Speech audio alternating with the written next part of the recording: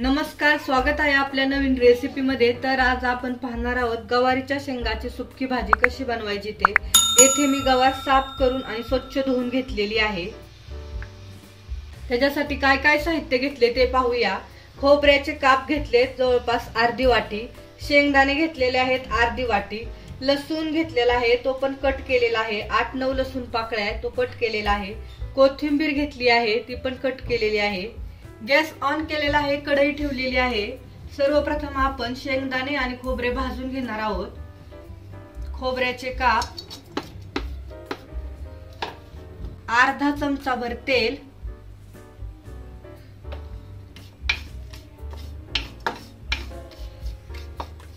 तेलामध्ये खोबऱ्याचे काप छान भाजलेले आहेत, कलर पण चेंज झालेला आहे। आता आपण हे खोबऱ्याचे काप डिश मध्ये काढून घेऊया। अर्धी वाटी शेंगदाणे पण भाजून घेऊया। शेंगदाणे पण भाजलेले आहेत, डिश मध्ये काढून घेऊया। याच कढईमध्ये आपण भाजी बनवणार आहोत। 3 चमचे तेल ओतलेलं आहे, तेल छान गरम झालेलं आहे। तेलामध्ये अर्धा चमचा जिरे, अर्धा चमचा मोहरी, जिरे मोहरी तेलामध्ये छान तडतडल्यावरती बारीक कट केलेला लसूण, 1 चमचा हळद पावडर, 1 चमचा लाल तिखट, 1 चमचा घरगुती मसाला, चवीनुसार मीठ, बारीक कट केलेली कोथिंबीर मिक्स करूया।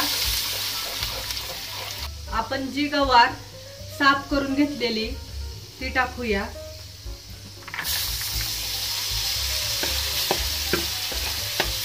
मिक्स करूया।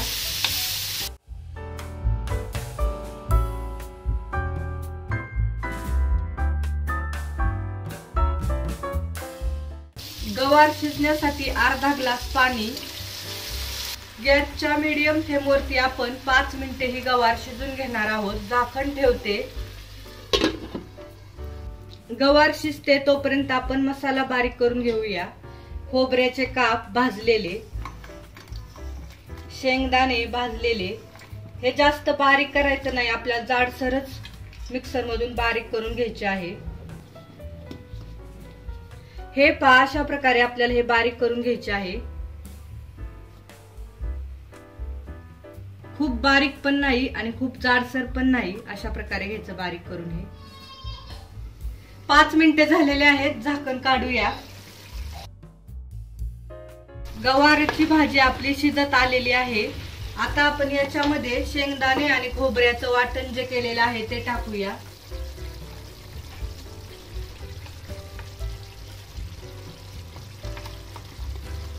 मिक्स करूया।